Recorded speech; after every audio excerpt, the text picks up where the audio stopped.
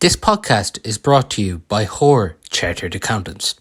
HORE Chartered Accountants are based in Galway City and are a leading provider of audit, accountancy and taxation services.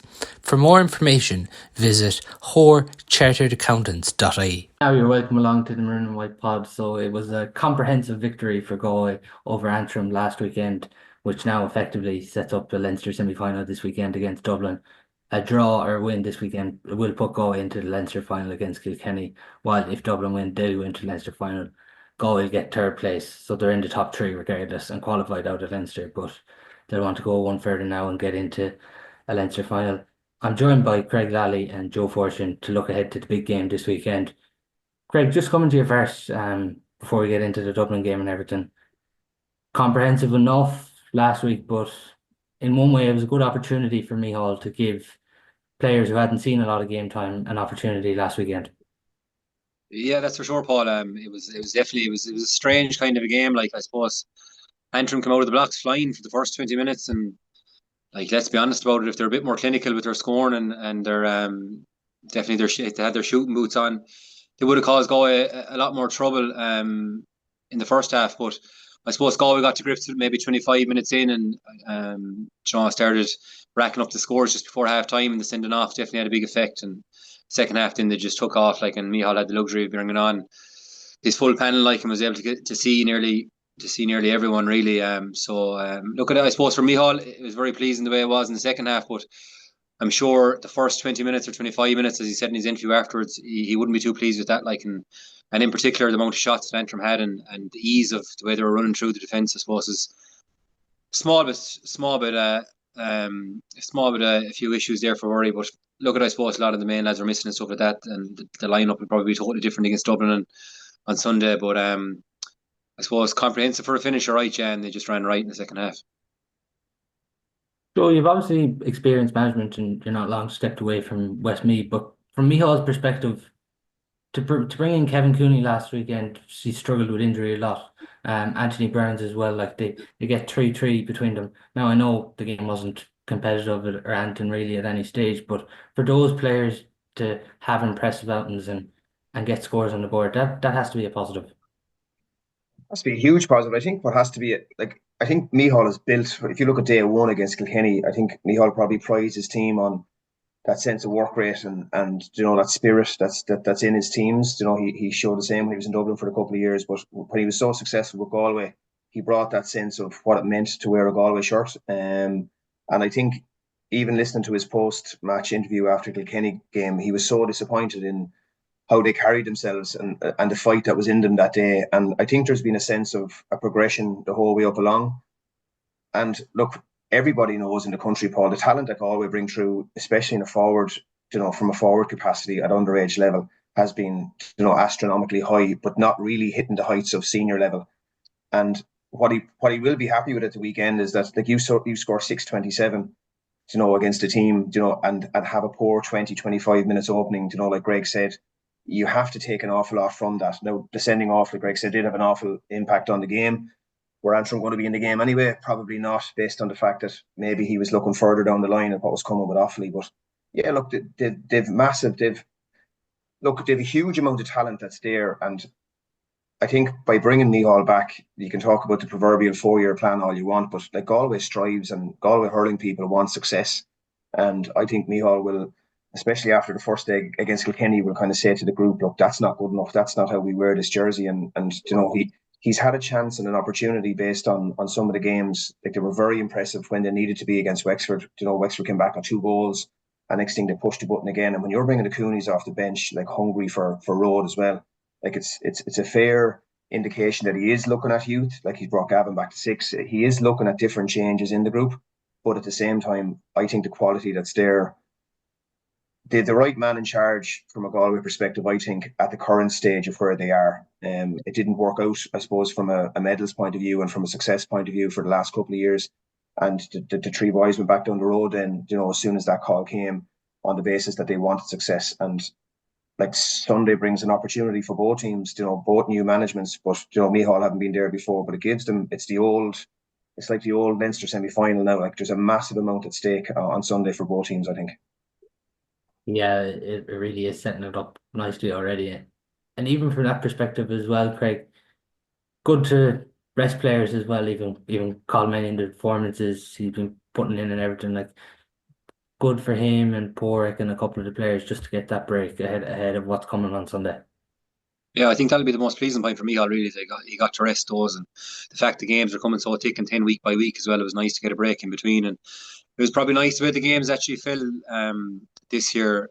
Paul, the way they had Kilkenny first and Dublin last.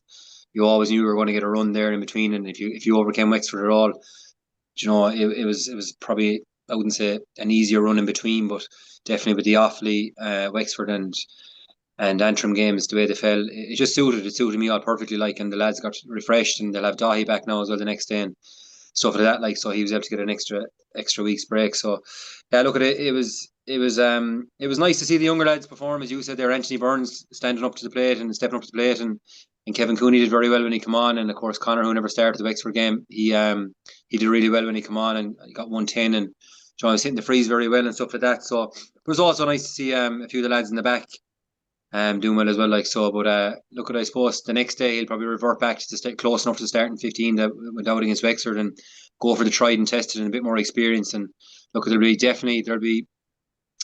a lot of anger over the way the Dublin match finished last year in Pearse Stadium. And that'll be in the back of the lads' minds all week, I suppose, leading up to it. And I'm sure you'll touch on it later on, Paul. But like that has to be 12 months of hurt to get knocked out of the championship the way they did. And like, I know one man in particular will be definitely going for it all week. It'll be Davy Burke. Like, I presume it probably had a big factor in why he came back at all this year, is the way that finished up for him last year. Like, and look, it's no Leinster final, no Leinster championship since 2018.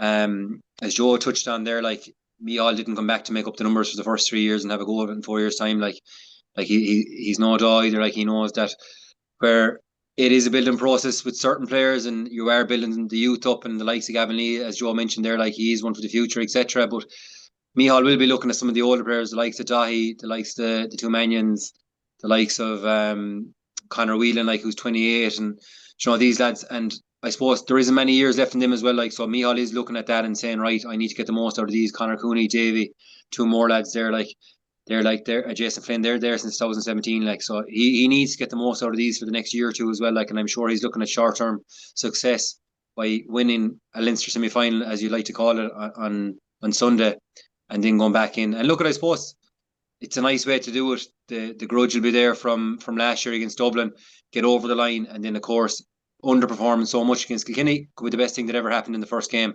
And you're going into the Leinster final hopefully on Sunday evening, with that in the back of your mind, and looking for a bit of revenge after the first game. Since the weekend, lads, there's been a lot made of it. Even the Antrim sent it off. Dave Fitz came out. He was very strong in it. Niall O'Callaghan the following day, I thought his interview was top class on GA plus. He didn't want to go into the referee at all, and I think that's a positive.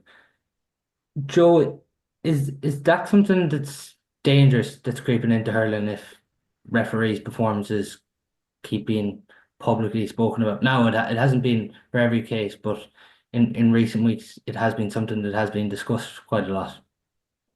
Is it dangerous? Look, I don't think there's any of us angels. I know Greg wasn't anyway. There's none of us angels on the pitch or on the line when it comes to maybe the odd percentage decision that. But the big word to me that I speak about to teams all the time, Paul, is respect. And like, I suppose Neil came out and spoke at the end. He's a very humble, articulate guy. There's no mass hysteria with him in regards to performance levels or anything else when he's outside of the group. And look, I was lucky enough, I suppose, when I was managing Westmeath, you come up against, the most, like the Liam Cahills, the John Kileys, Pat Ryan's, Henry's, all of that. Like, we come up against the top, and there's a line I don't think you can cross.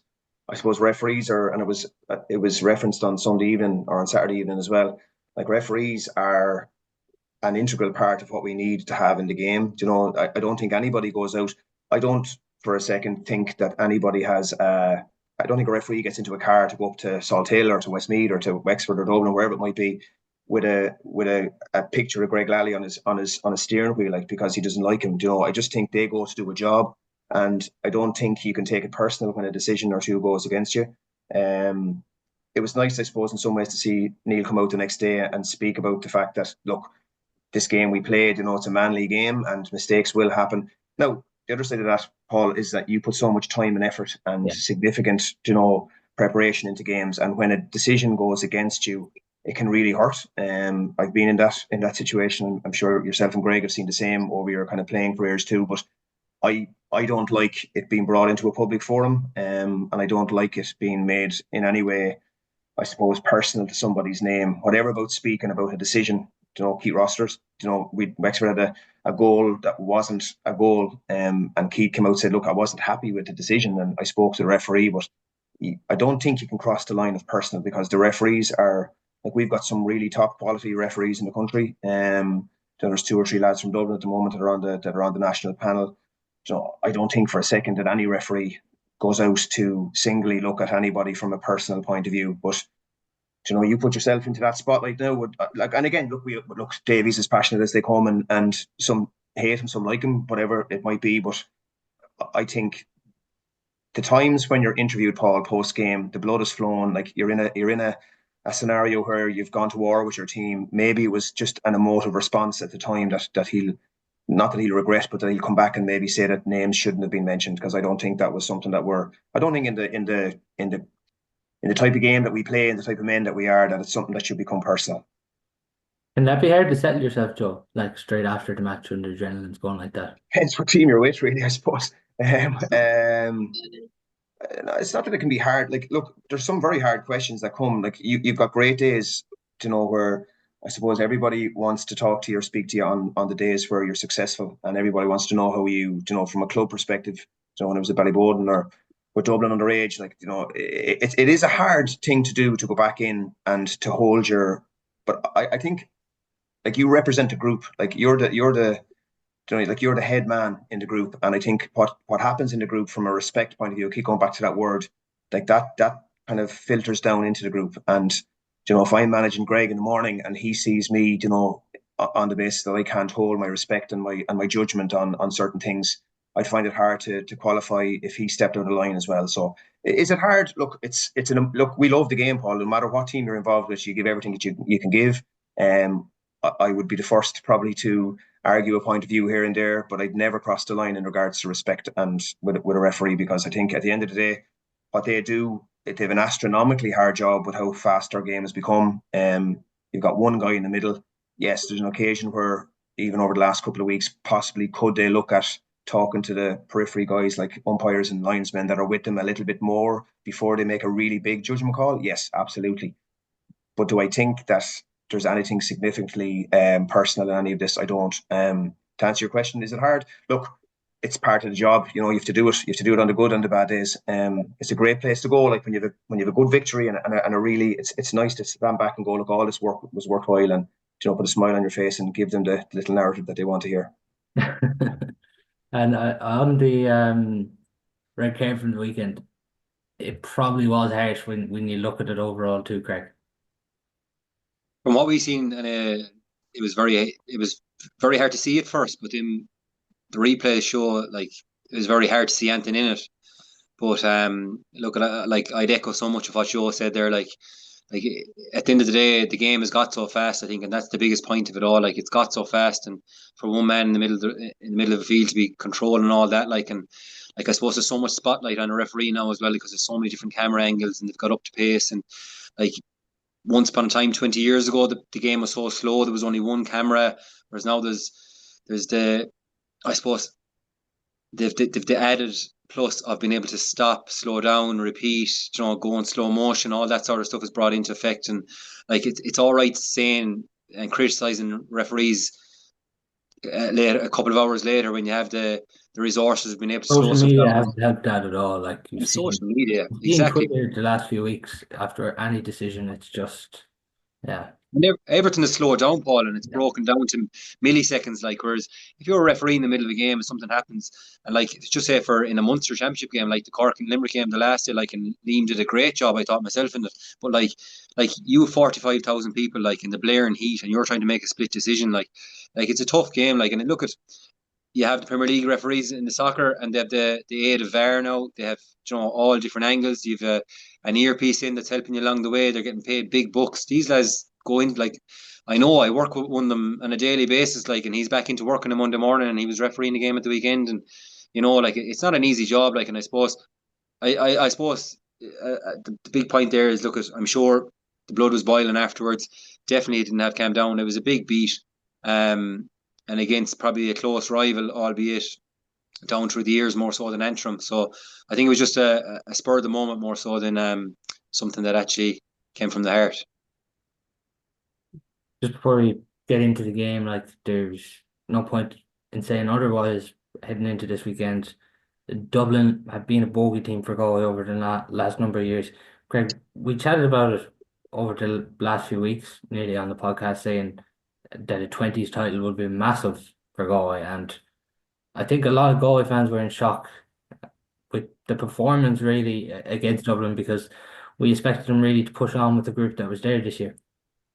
Yeah, agree 100%, Paul. And I think leaving Ballinasloe that day against Offaly, like, and there was very high hopes from all Galway fans that this was a team that was going to go on and probably break the duck a small bit on the under-20 scene. I think it was 2013, was it our last under-20 here in Ireland, like, was 12 years ago. And I think this team looked like a team that really fancied it, like, and I just don't know what happened in those 5 weeks. What happened, like, with the performance compared to, it was chalk and cheese, and it was hard watch. And like, when you see the spine of the team nearly all took off, it's always a bad sign. Like, and I just think that it just nothing clicked for them on the day. They never really got going. Now, don't get me wrong; it was a very, very well organised Dublin team, which was very physical.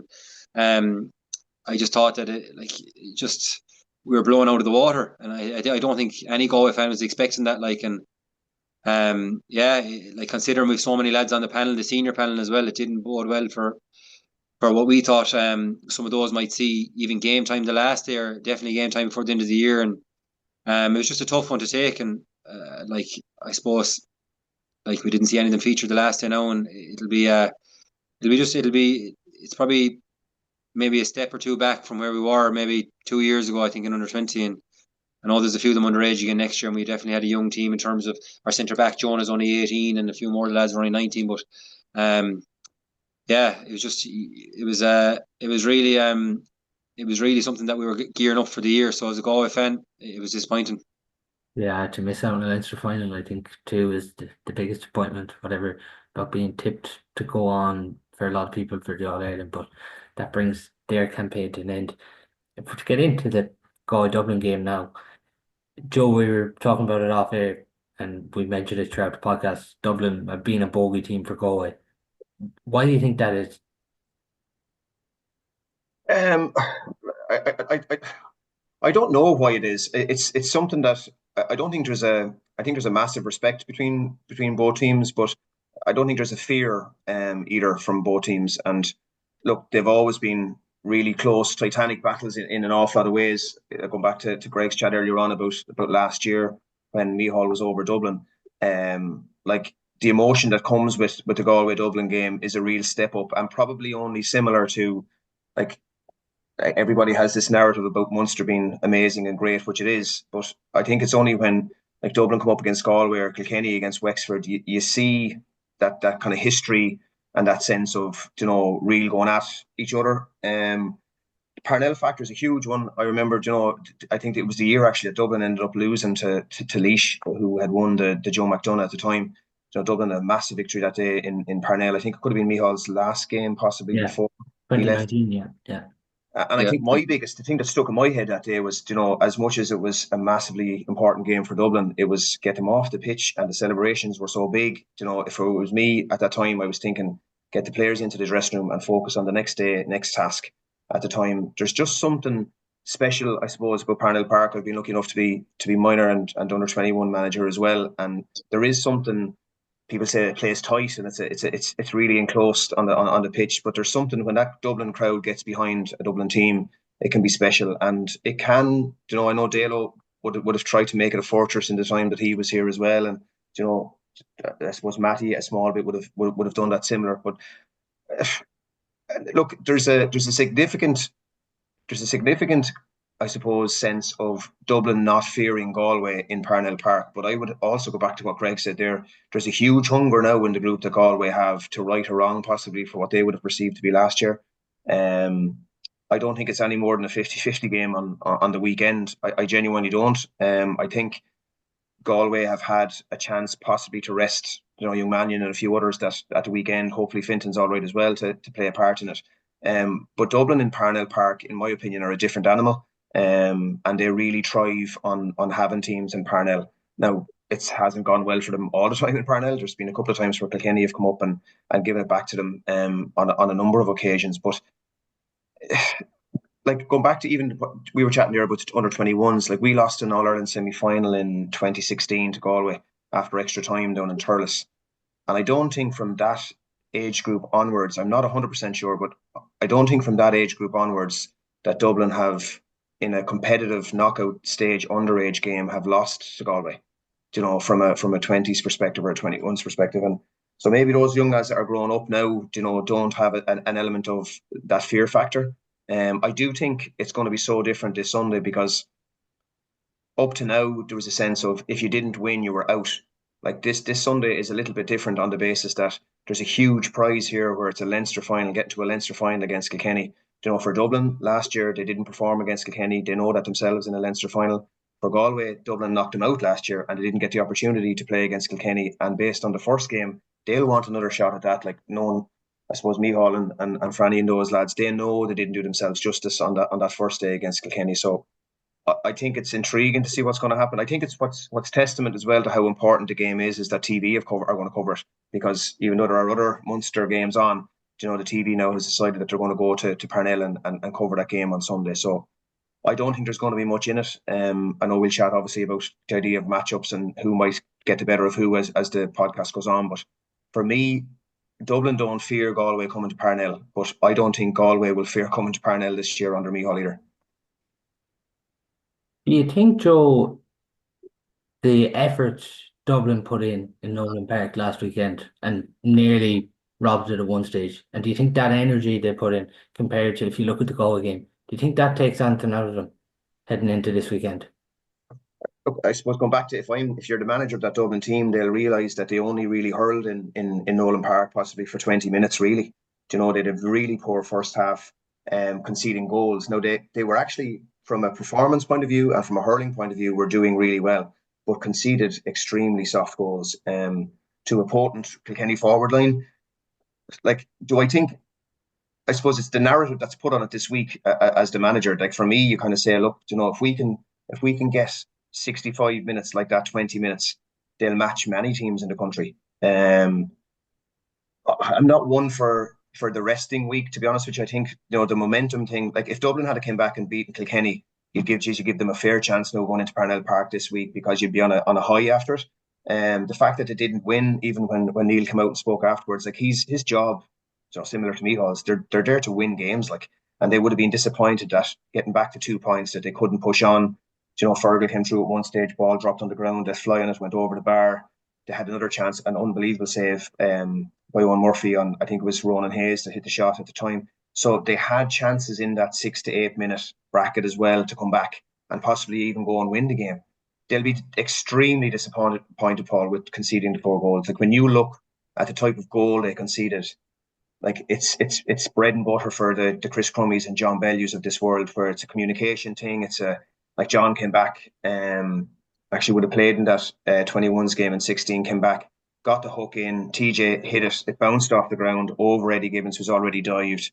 Another goal came in where Chris and could have been, I think Paddy Dunleavy maybe went up at the same time for a ball that broke. So it wasn't, they'll know themselves that they have work to do. To answer your question, I don't. I think, look, like what Greg said, this 5 to 7 congested weeks sense of playing games, there's no better test for you than going to Nolan Park. And Dublin didn't fail the test. They didn't win the game, but for 25 minutes they looked sensational. Can they bring that now to Parnell Park on Sunday? If they can, they'll put themselves in a really good position to beat Galway. But I was impressed with Galway against Wexford, Paul. I'm not going to lie. I thought when Wexford really put the pressure on, because Wexford had to win that game, Galway went up another gear. And I think they've progressed. The kind of the way they've come from the spectrum of where they started this year's championship and league as well. They've really started to push the button and push the gears. Last week was an opportunity for a few. But one thing actually that we haven't said so far, you'd hope that Finton's going to be all right on the basis of coming out from that little. He seemed to get a bit of a knock as well. So if they get Duffy and Finton back into that back line, they'll be fine. On it, Craig, like we're basically going to a graveyard, it's safe to say, this weekend. That's the best term for it, Paul, and has been used many times over the last couple of years because it's a graveyard for Galway hurling. Like league, championship, it just hasn't been good at all. Like so, yeah, I don't know what it is about it. Like you know, even playing there, like it's just it can be intimidating when they get a run on you, like you know. And I think like even with the small little stand behind the dressing room end of the goals there, like I just always remember that, like you could be in the back of the stand, and if somebody, which they do up there, as you know too well, Joe, when they shout out something, like it's almost like you're inside in a small room with someone. You can just hear every single word that people are saying. It's like an echo up there, and Joe, it can get intimidating. And if they get a running you at all, like it can be very intimidating. It's such a long pitch as well. Joe, I know it's tight and stuff like that, and the stands are in top of you, but it is a really long pitch, and they know how to play it. Like they've played there so much. Like, and look, I just think that. I do agree with Joe 100%. I think it's 50-50 down the middle. I think that Galway have been getting a nice run of momentum since the Offaly game, the Wexford game, and the Antrim game.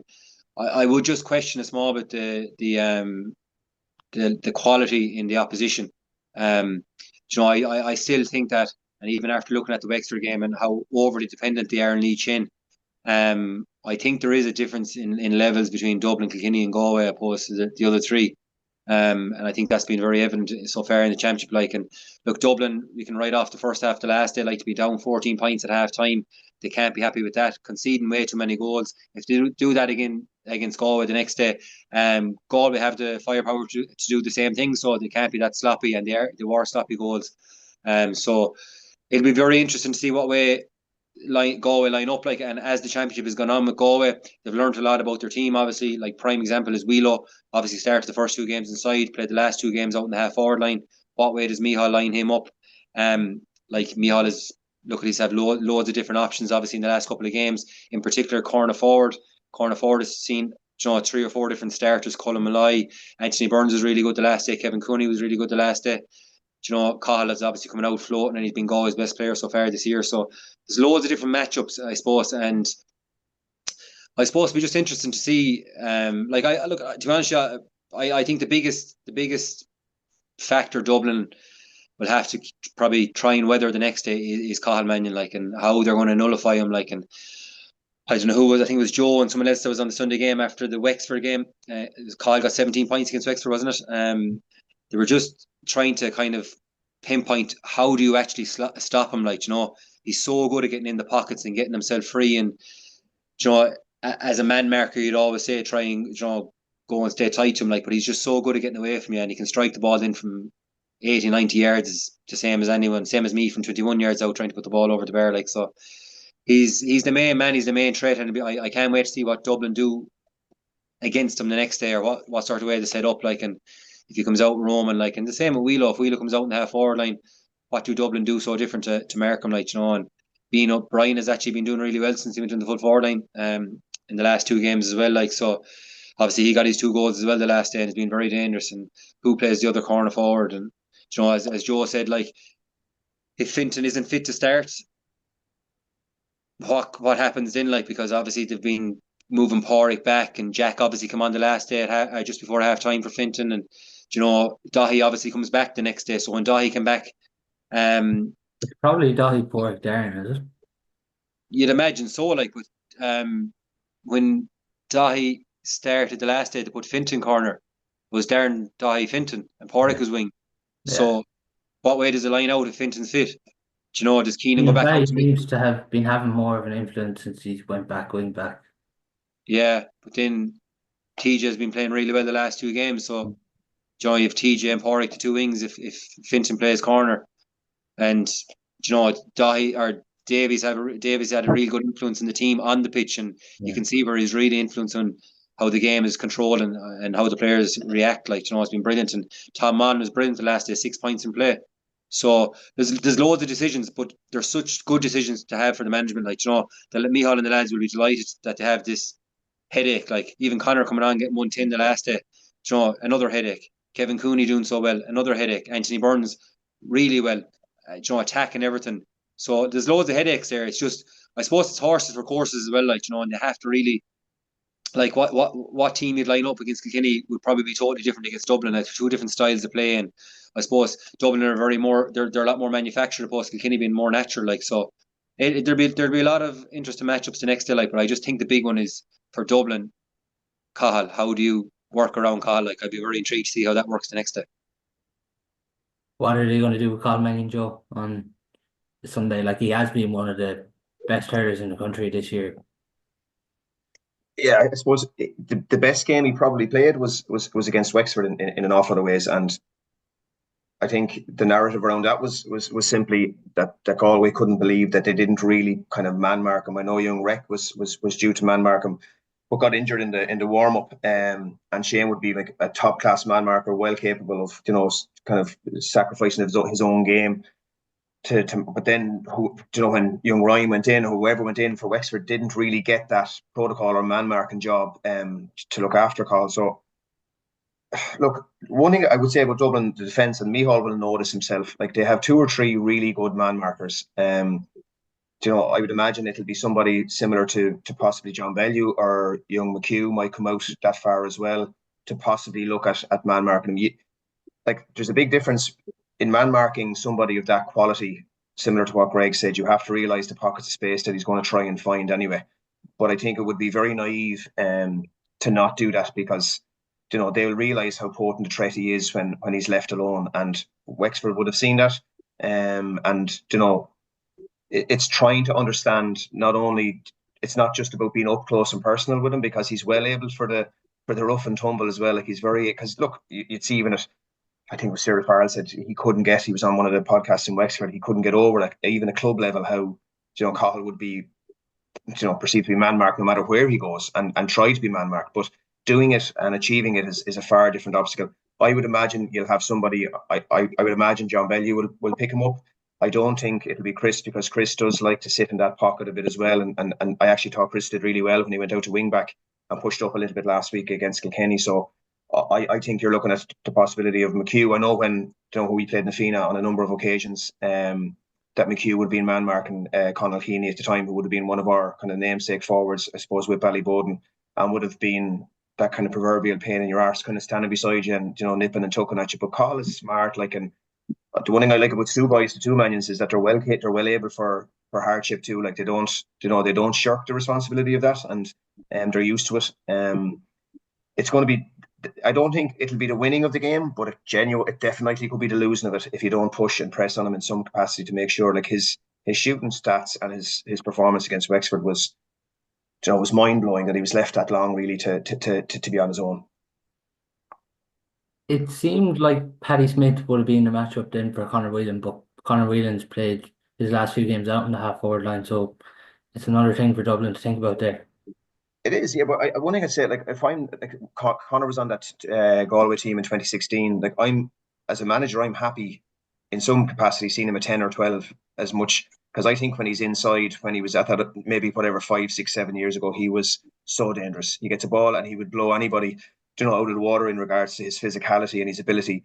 I think Micheál has said, look, his form was a little bit off, maybe. He wasn't himself, but he's got a new lease of life now out there now, because from a defensive point of view, from a transition point of view, from bringing other lads, like, I've no doubt that the likes of young Burns and Malloy and Concannon are feeding off the fact that he is a quality work rate out the field. He's a quality player, and his ability to bring other people into the game now, Micheál and the lads have seen that's a huge facet to his game. So I wouldn't be surprised to see him inside at some stage, especially if there's a sense that, I think Dublin will look really closely at fixing that goal conceding issue this week. Can they do it in 7 days? That's up to management. And I think the people that Neil has in with him are quality guys, good lads that will be able to sit down and be honest with him to say that, look, at this level, if we have to push on another gear here, or to get to the next level, we can't concede goals like that. But for me, Wheelo is, like, when he's on form, he's as good as anybody in the country. And you mentioned it earlier, Craig, like, they've been thinking about this game for 12 months. Everything that happened last year, like you could see, I suppose the after effects of everything that happened last year and what went on after them, like that ultimately knocked Galway out of the championship. Now it's the chance to, I suppose, give one back to Dublin.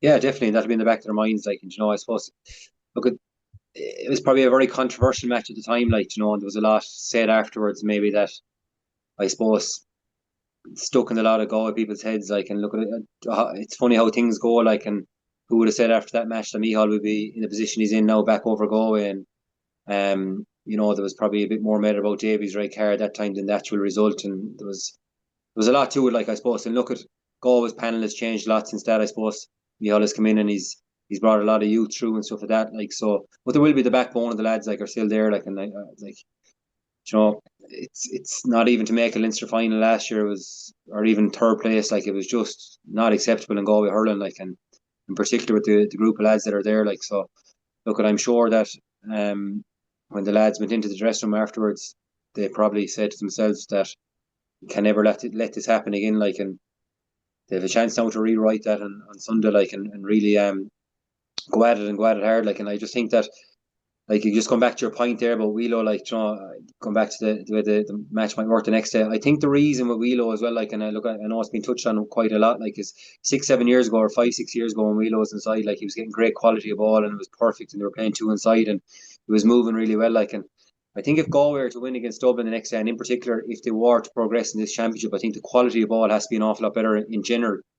And I think even the first 20 minutes against Antrim the last day, like, it just, the quality of ball, it wasn't in front of the forwards, and it was a hard ball to follow. Like, it was a 50-50 ball for a back, or there was times when the ball was actually given to the back, like there wasn't even heads up hurling. Like, it was, the ball was just being struck and they weren't even watching the run of the forward. And I think a lot of that has to change, and in particular the next day, like, if they are to overcome Dublin and get themselves into Leinster final, I think that whoever is inside, whether it's Wheelo or Bino, or if it's Anthony Burns, if it's Colin Malloy, if it's Cahill, whoever may be, that the ball just has to be really good. Go back to the quality of ball that we were given a couple of years ago when Wheelo was in line for hurler of the year and he was getting loads of goals and he was taking on the man. And like, even the goals that we got the last day, yeah, it did progress and get better over the course of the game, like, and in particular the second half. But there was still a lot of, for the, like, even the lads, Bino and in particular Anthony Burns, when he got the ball, he was mad to take on his man. He was mad to, he had one thing in his mind when he got the ball in his hand, and that was go for goal.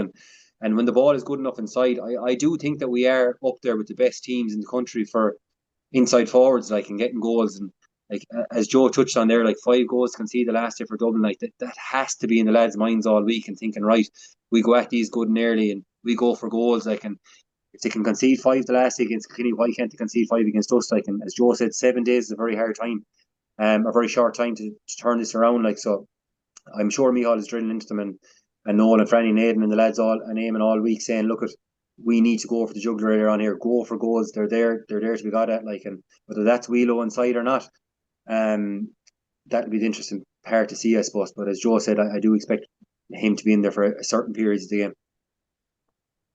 John Heatherton and Dahi Burke could be a proper old school battle, couldn't it, on Sunday? Yeah, no, it could be. Yeah, that's probably the politest way you could put it. Yeah, I'm delighted. Like, Hedgehoe's actually, he's a hugely historical GA family in Dublin. His father was involved with Dalo, and Dalo had the Dublin team that time. Sister as well. A super player for Dublin as well. Like, I'm delighted for him personally because he's been kind of in and out of different people's minds for a long time, and I'm lucky enough I get to do a little bit of work inside when the club championship is on, and like, he lights up the club championship most years. He's a big, strong unit. He's definitely fitter than he was a couple of years ago, but when he's on the edge of that, like, look, we can all, I'm sure Greg has managers and the whole idea of systems and tactics and play, like, but I think what's come into this year's championship a little bit more is the fact that sometimes you see Cork doing it at the same time. Sometimes that idea of getting that route one ball in there, if you have a guy that's willing to sort of, oh, well, as we're flying whole lads from America and everything to try and get him at one stage to get that lad on the edge of the square. But like, Hedgehoe is as good as there is for winning his own ball in there. What he's very good at as well, Paul, is if he doesn't win that primary ball or he doesn't have the opportunity to shoot, he's great wrists. Like, he's an incredible ability to bring people into play. And what Dublin have, and Greg kind of touched on it. Like Dublin have a massive fitness base and a massive sense of pace. And if you have the Keane O'Sullivans and the Dara Powers and Brian Hayes coming at pace, if Hedgehoe can win that primary ball off Dotty, like their finishers as well. Like, Keane O'Sullivan's goal in Nolan Park at the weekend was as good as you'd see in any Munster Championship game. He was top quality. So it'll be a huge battle. And I suppose Hedgehoe got that sense of, he got picked for the Wexford game without Wexford knowing he was going to be there. Wexford struggled at times with the type of ball. He ends up getting man of the match 2-3. A guy who, like I said, he would have been in and out of different people's panels. I'm not really sure he ever got a real fair shot at a couple of consistent games, and Neil has given him that. And again in Nolan Park at the weekend, he was able to win his own ball when ball went in. Now at times, like obviously Hugh Lawler's going to get the better of you. Dahi will do the same, I'd imagine, this weekend. But he's a danger. He's a danger all the time. And just for him personally, I'm delighted because he's a nice kid. He's a good fella. I come up against him, with Vincent's obviously on a number of occasions, but a really respectful young fella. And yeah, he'll himself and Dahi have a fair battle now. I said there'll be a few hurls and a few bandages needed Sunday evening for both players, I think, because both of them wear their heart in their sleeves for the county, It's a great example too to club players, like, because for players like him, the door would have been closed on inter-county careers, but to still get 100%, yeah. And I think that comes from that comes from the type of person and family that he comes from. Like they'd be a family that are very proud Dublin people, and you wouldn't get away with giving up something too easy, in the type of people that they are, because they're good, honest, hardworking people. And John, like I said, he bided his time. Neil's given him a shot again. Danny was missing. Danny probably would have been somebody that Neil probably would have perceived to be somebody that could be at 14. He's a great hand as well. Do you think we'll see Danny and Donald this weekend? I don't know. And I'd never ask. I'm not on the ground probably close enough to understand anymore, but the two of them seem to have significant injuries. Donald seems to have a shoulder problem that's just not going away. He's been, apart from the run he got with Nafina this year, he's been blighted for the last 2 years with injuries. But Danny, I don't know. But again, I would have imagined that they would have worked on the idea of John or Danny being at 14, on the basis that you can hit that 14 position with ball, which can be effective. And I think again, I go back to pace. Dublin have massive pace up front, and that's going to be a big factor in the game. On if Dublin can get a run from 8 up to 13 in regards to pace, and they're good at that transitional ball, moving the ball through the middle, and they're good at finding those pockets of space inside with real fitness and real pace. Because I felt the last day on 50 minutes, like, most people would have perceived them to be a beaten docket, but they kept going and going. Like their fitness base is very, very high. So, Galway, and I know obviously Micheál will know, like it's hugely ironic that this time 12 months ago, Micheál was going up the other road, up the other direction on the road, and he'll know the Dublin boys really well. As much as Dublin or as much as Galway are hurting after last year's result, and see that, you'd probably wonder as well how much the Dublin players hurt when he was gone, when the Galway job came up. So there's a huge narrative on the weekend, whatever way you want to build it.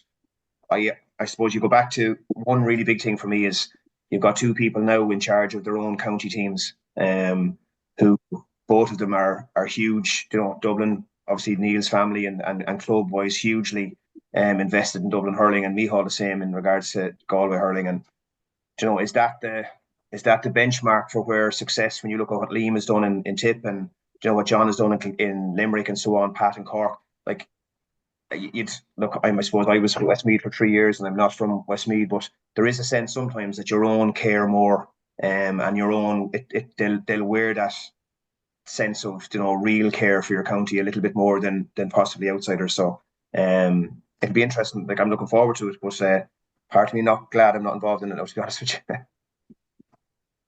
On Micheál, back with Galway now, obviously, Craig, Dublin last year, and Franny and Noel were obviously with him, and Derek Ford was obviously with him in Dublin. How much of an influence is that this weekend?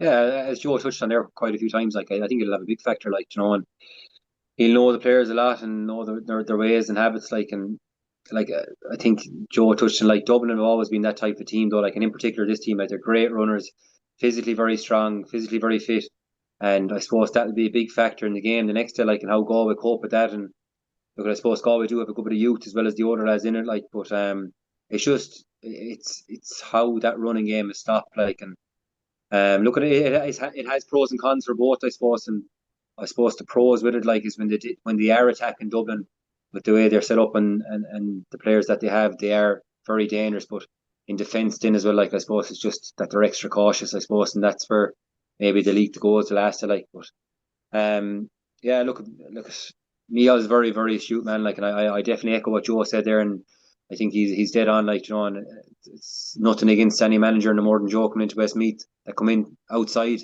Like, we've had it for the last 2 terms there now, where we've had Shane O'Neill and we've had Henry, like, and it's probably just not the same, like, and it's nothing against the lads and that, like, but I suppose as an outside manager, there's probably more pressure on you for instant success as well, like, and there's the pressure will be always there from the get go, and in particular when Henry came into Galway, like, I suppose just with his history and the background he's had as a player, like, and even with Ballyhale, like, and to come in, and I think the Galway fans, and it's probably you get that with certain teams, like in Cork will be the same way, and like Kilkenny, that they just presume things are just going to happen, like, and I suppose it's probably a small bit more leniency with Mihal and the fact he's back for his second term and what he did in his first term, that maybe there'll be a small bit more leniency if he doesn't get instant results, like. But I know that's not, as Joe touched on at the very start of it, that's not the way they think about it or anything like that, or a 4-year plan or any of that sort of bull, like. But at the same time, the fans will probably get behind him a small bit more because he's one of his own, like, and or they're one of his own. But like, I just think that, like, on Sunday, I just think that Mihal is back in his natural habitat, if you want to call it, like, in the sideline of Galway, like, and look at the whole thing, as you can see yourself with last year when he was over Dublin, he's with the team he's with, and I just think it's the same with the two lads the next day. They're both Dubs and Galway men, and I just think it's going to be very very intriguing, and I think it'll be a very passionate game from the very start, like, and I think it'll be very. You just want to be watching all corners, I'd say. There's a lot at stake, like, and I just, as Joe touched on there, like, where Dublin will be hurtful that probably Mihal left them really before his term is up. I also think Dublin will probably have a point to prove and a bone to pick with the way they turned up in the Leinster final last year as well after losing to Galway, like, and they didn't perform at all in the Leinster final after such a good result against Galway, like, and I think that will be in the back of their minds as well, like, that we don't go out or that they want to get back there as well again this year. You Galway need to become nearly more mean when it comes to the half back line, because there has been stages throughout the Leinster Championship where teams have run through us, even if you look at the 2 Wexford goals that day, Craig. I agree, yeah, Paul. I do agree, and even the fact that, like you're on about Dahi and John there, like, in the full forward, like, and the high man and the go-to ball, like, I suppose look at it. If Dahi's not there at any stage, like, I suppose Dahi's our best out of the back six that is going to compete in high ball, but it's probably one of our weaker points since we've had our new look back six, that we probably aren't as physical, and maybe we don't contest as well in high puck outs or high balls that we used to, and I think that's a big. Look at Gavin is brilliant, like, and but he's still kind of bedding himself into six, like, and I suppose TJ is the same way, like, he's probably getting consistent. Porrick, on the other hand, obviously he's there a long time, he's very good in the air, but I just think that we probably need to get a small bit tougher, like when you see the intensity of Limerick the last day and their six backs and what they brought, like, and like Mike Casey, like, he was Sean Finn, the freeze they gave away the last day, like, they were unbelievable at just holding the player up. Unbelievable, like, and as you know, Paul, you're down there every day, like, it's borderline, like, fucking, you nearly go to jail, like, they're absolutely all over them, like, even Kyle Hayes, like, and he was highlighted so much in the Sunday game and Sunday in the reel afterwards, like, the intensity he brought, like, and the way, I suppose, what you'd like your team to get to, and this is where we'd like Galway to get to, Paul, is that where Kyle Hayes was on the 70th minute, and they up by so much, and the way he put his body on the line to block that shot, and then go and get the ball afterwards, like, that's where every team wants their six to be, or any of their six backs. And I suppose that's where, as us as Galway people, that we get to the stage and look at it, it's easy for them. It's not easy for them, I suppose. They're probably so long going, like, but they have the hunger, like, and I think we need, as a Galway team, to get that hunger, like, that it's just every single ball matters. And Mihal will be very good at saying that next ball. But, like, I think with our six backs, we just need to get that ruthlessness about us, that whether it's the first minute or the 70th minute, that you're not going to get past me, and you're going to get, like Kyle Hayes the last day, like, that he's going to fight for every ball, or Mike Casey or Sean Finn, or any of the six backs. You can pick any of them the last day because we're all brilliant for Limerick, like, but even Dan Morrissey. But I think that's the levels that you need to get to, like, and I suppose, as Joe touched on, Dublin are very, very physical as well. Like, so they're going to bring a big physical element to it the next day. And I suppose that's where Galway will be really tested the next day. I suppose, like they haven't been before, really, in the championship, is that physical side, and is the likes of Gavin and any of the newcomers that are there, are they ready for the physical battle that's ahead? Yeah, it's probably likely, I'd say, that Gavin picks up Keane Sullivan, Darren Morrissey over and Sean Curry. We mentioned obviously Dahi and John Hedgerton. Then maybe it's Keenan Fatty and Brian Hayes and TJ Brennan. Then on Dara Power possibly. Just even looking at the Dublin starting 15, it's interesting, Joe, because Niall Galicon probably has a decision to make when you look Paddy Dunleavy and Colin Curry taking off at half time the last day. Fergal Whiteley and Ronan Hayes come in and make impacts. Maybe they're players that could start this weekend. Yeah, he hasn't. Yeah, Ronan, I suppose, is somebody he might see as a more of an impact type player. He's got a couple of like serious opportunities and chances at county level, and sometimes he's at the weight of the world is on his shoulders. Like he does really, he's an extremely potent forward for Kilmacud, and sometimes you kind of think, does he overthink it a small bit, and does he get caught up in the emotion of the game? Look, he got a super goal for Dublin this year. He came on last week again. Murph pulled off a save that will be in one of, I think it was commented at the time, that will be in one of his own highlight reels when he does decide to hang up the boot. So I think he probably still will he still back the two boys maybe on the basis that, look, it wasn't down to them. I thought Kilkenny's performance levels dropped an awful lot when Adrian Mullen went off. I thought it was a big call at the time. I know he was obviously getting ready. The game at that stage was probably thought to be won, but I thought when Mullen went off, they lost the structure in that, and he's just again amazing at finding those pockets of space. Look, Neil seems to be a guy as well who, one thing that I would say is that I said to you earlier on, he doesn't have that exaggerated emotion. He tends to back the players an awful lot, and he doesn't, when he does his interviews post-match or pre-match, he doesn't probably show the same sense of madness at times that other managers can. I'd probably include myself in that bracket at times, but he just has that sense of the players understanding what the roles are, and the performance levels, if they're not good enough, that there's somebody else willing to step into the jersey. Again, I go back to Paddy. Like, Paddy's a young guy, started the last day. Kilkenny ran riot.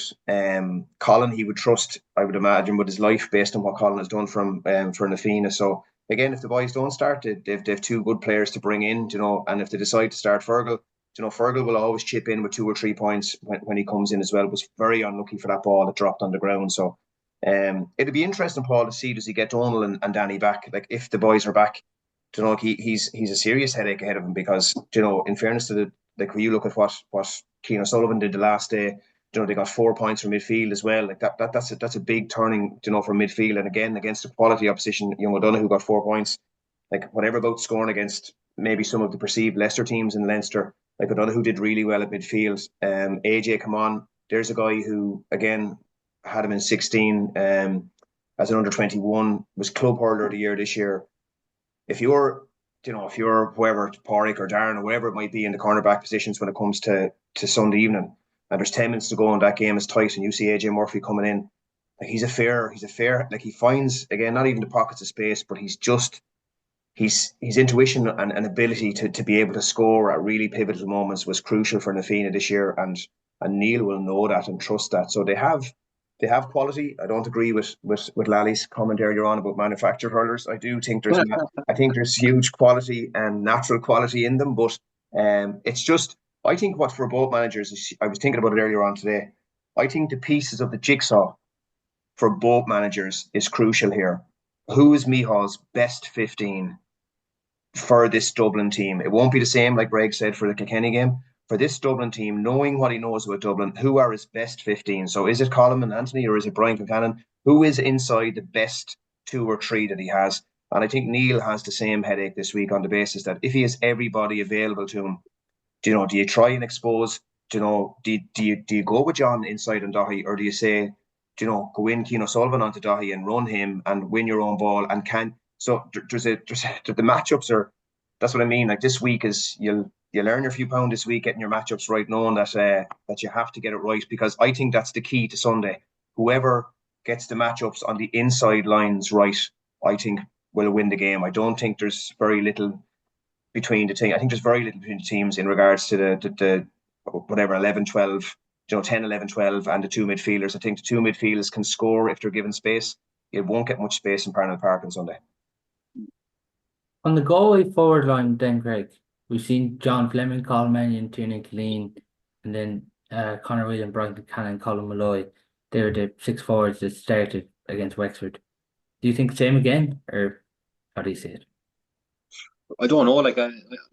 As Joe said there, I suppose it's really dependent on what way Michal sees it. And I suppose the tried and tested and experience mightn't work on Sunday for the fact that Dublin have so much pace, and I don't mean that in a bad way. But sometimes you just have to put pace with pace, and Dublin are so good at they'd be very good at running the ball, and whereas Galway probably a bit more sticky, to stick the ball around or play more stick ball. So I suppose Colin Malloy did really well against Wexford, but I suppose is that something you try and do, exploit him in the corner with pace, or do you go for something more experienced? But that'll depend on how way the midfield starts as well, and if Finton's fit, it's all a domino effect, obviously. That if you go with Davy midfield, then Tom Mon has to go on the forwards if Keenan is midfield, and if Finton is fit, you're going to have Pádraig Mannion wing back. One of the forwards is going to lose out. So whether that'll be Colin Malloy, who probably didn't play the first game against Kilkenny, whether he loses out again, or it's very hard to know. It could be turning into just giving his first sub off against Wexford, so you don't know either though. Yeah, you don't know. And Colin Malloy was so good against Wexford as well, that. And it's hard to see where you could drop him. John Fleming has been really good as well. I suppose John Fleming, excellent, actually. I've been really impressed with him, Greg. And Fleming has been very good. And he's been a find really, because as such, don't get me wrong, we knew about him in Galway, but nobody would have thought at the start of the year that John Fleming would be playing wing forward for the Galway team. I don't think. I think he's obviously really impressing in training, and he's a big physical young fella as well, so he's well able to get around, and I suppose he was definitely one that when he was picked for the Offaly game, I'd say that he was. Even started the Kilkenny game, the first game. The beginning when he started in the first game, yeah. I think people were a bit in shock that he was starting, but he made such a good. I think he shot out of the blocks. He had a great 20 minutes, the first 20 minutes. So he's been a great find, and he's kept kept consistency all the way through, so he won't be dropped anyway. I'd be very surprised if he was dropped. I think the big decision really is between Tiernan, Colin Malloy, and then what happens in the back. If Finton starts, what way does he line up the full back line? And then obviously Davy, and does Davy start in midfield? And obviously Tom Monaghan was very effective the last day between the half forward line and the midfield. 6 points from play is no easy feat, no matter who you're playing. We mentioned the prize here is enormous, a Leinster final for either side, but in one sense, do you feel both Galway and Dublin are being disrespected nationally? I see everyone with their predictions this week for the All-Ireland semi-final of Kilkenny, Cork, Limerick and Tipperary. I probably do. It is disrespect to be looking that far forward, and in particular, Tipperary have just probably been nowhere to be seen for the last couple of years, really, from their high standards, as a county, so. Albeit they are doing really well, and some of the 20s are really standing up. But to be honest, over the course of the last since 2018, since they beat us in their final Limerick, and that Limerick team has shot on now for the last 7 or 8 years. I don't think I've ever seen a performance like it, Paul. The last day, I just think that it was absolutely everything that they tried, did, every breaking ball they went to, they got. It was just outrageous, and even the 5 subs, that the quality they've coming on and all that, so. I can see where they could put Limerick in the semi-final straight away. But other than that, no, I would be steadying the horse a small bit, but yeah, probably is a bit of disrespect. But look I'm sure Michal, both managers, both teams will be just absolutely delighted with that. That's music to their ears, let them write both teams off at their perk. How do you see it, Joe, when both teams are being talked about like that? Look, the narrative at times, it probably did irk me a small bit when you see the potential that's in what's in Leinster at times too. And I think a lot of the narratives change because there's no sense of, when you look at Munster, you've got 5 really strong teams that any three can come out at any year really. But in Leinster, there's that, and this is probably a different conversation for another podcast next year. But it's probably, there's a sense always in Leinster that when you have the Westmeaths or Carlows or Offaly's or whatever else, that there's an easy game, we'll say, in that game. And does that drop the standard for some of the teams? Is it disrespect? It's probably honest, and it's like, look, it's like what Greg said. Like Limerick at the weekend, like you look at managing teams and talking about high performing environments and whatever else. Like the reality is the performance that Limerick put in at the weekend, it's like any hurling brain could see that that's the ultimate of what you expect and want from your team. Cork have been super all year, just didn't turn up really last weekend. Tip under Liam, and Liam is a good guy. Like he's an astute guy and a tough guy, and somebody who even coming up against him at the time, with Westmeath, he's somebody who you'd learn from in many different ways. But look, it's probably an honest. I don't know if it's disrespectful, but it's probably an honest. Like the reality is that Cork and Limerick, depending on how obviously things go, Kilkenny are the top team in Leinster. I know that Greg might like me saying that, but they are the top team at the moment, and can Wexford get to that level? Can Dublin get to that level? Can Galway get to that level? I don't think there's too much in it either. I think Wexford on their day can match anybody. And I think this Dublin team are showing an element of resilience through their games. I think, they got through the Offaly game. There wasn't very much in it. They got through the Wexford game. Again, 2 tough battles, really good games. Again, if you look at where they were, I think, I'm not sure if it's disrespect. I think it's probably just honesty. And I think sometimes it's nice to, I suppose, maybe stick that thing up on the wall, the kind of proverbial thing that drives you on. But I don't think Micheál or Neil will need any of that for this weekend, on the basis of, I don't think the narrative around that kind of stuff matters to them. I think Dublin and Galway, when they play as well as they can, are a match for most teams in the country. Just before we get to final predictions, obviously Dublin want to push on, but how important is it for Galway just to beat Dublin this weekend, considering everything that's went on over the last number of years? I think it's absolutely massive, Paul. I just think that aside from the whole Galway Dublin rivalry, I just think as Galway as a county, like, I just think that they need a Leinster championship. Like, they shouldn't be looking past that. I know we spoke about this. We probably spoke about this the last 3 years on this podcast, Paul, at various times during the Leinster championship. Like, but I think now more than ever, I just think you just, for the youth that's coming through, for the older generation that are still there, they just need this to drive on. Like, and I think they need, and Micheál probably doesn't necessarily need it in the outer circle that look in, and I suppose the general public are probably saying, like we spoke about so many times over the course of the last hour, that he has time and he has the few years and all that. But I just think, like, when Micheál and Aidan and Franny and Noel and Eamon sat down at the start of the year, I'm sure the number one goal was to, at the start, was the first goal was probably set to stay up in the league, Division 1, and the second goal was to win the Leinster Championship. There was probably no talk of another Ireland or anything like that, but it was just to win the Leinster Championship, I think. And I think that just to set the tone for the year, or set the tone for going forward for the next 4 years, I think it just needs to be the marker. And, like, I just think that you just never know what could happen from there on in. Then if you win the Leinster Championship and you get a bit of momentum, this Galway group has proven in the past that you just never know what could happen. And I just think with the amount of new faces and fresh blood that he's brought in now to add to the bit of experience, that if they go on and win on Sunday and get a crack at Kilkenny and win a Leinster against Kilkenny, that you just know, you like look at Clare last year, you just never know what could happen. You mentioned at the start, Joe, like, Micheál has referenced a 4-year plan, but like the Leinster final has to be the aim now for Galway. Yeah, I think it has to be the aim for both of them, and only one can get there.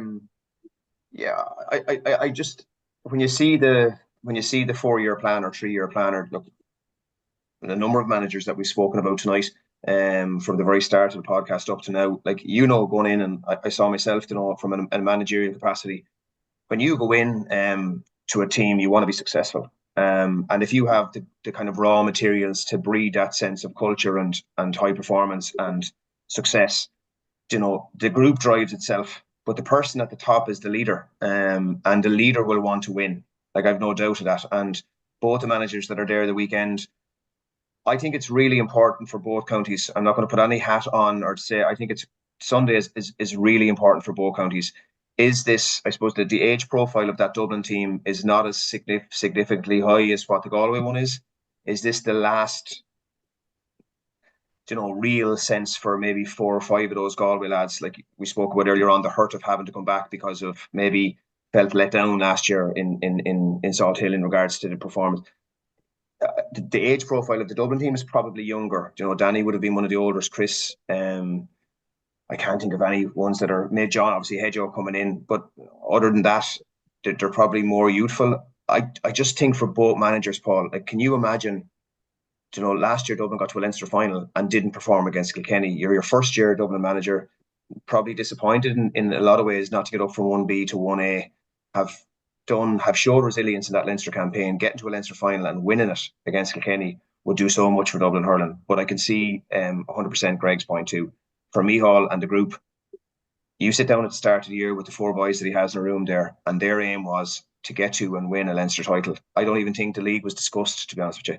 I think the big thing for them was, look, this is our last probably real go with maybe 2 or 3 of the tried and trusted. We are bringing the younger lads in. I've been really impressed with a lot of the younger guys and how he's brought them in.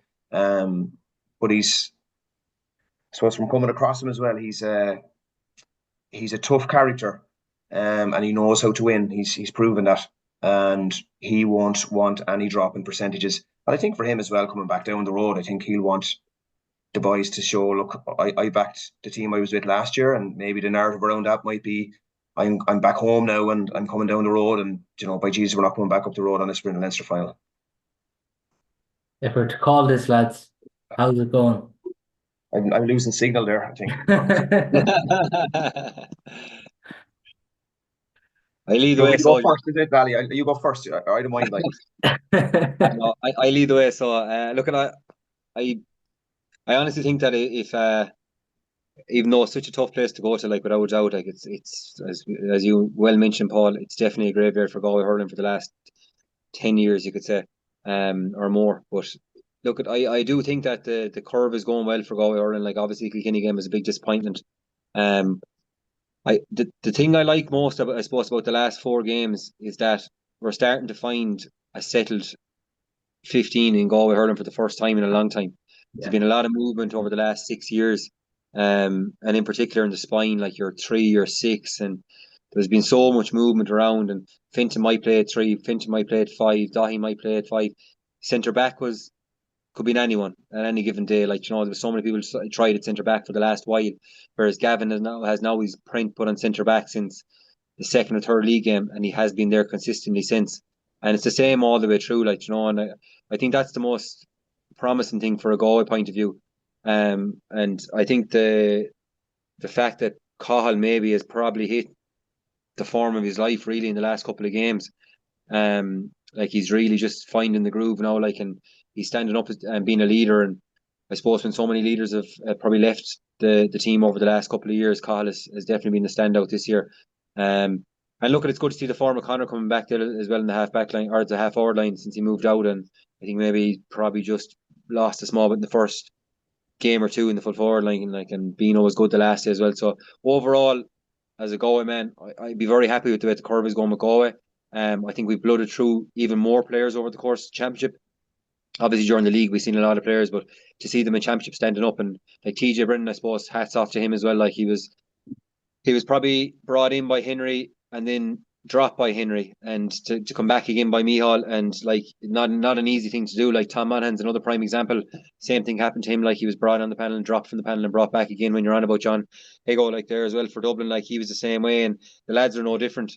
It's a tough thing to do, is to be dropped from a panel and then brought back in again and star so much the way they have been. So On a Galway point of view, Paul, I won't even get into the Dublin side of it. I'll leave that to Joe.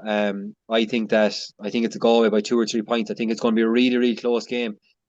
I think it's going to be very physical. I think the subs are going to play a massive part in it, like all games now. But I just think that because of Dublin's fitness and strength and physicality, I think the Galway subs will have a big part to play to close out the game.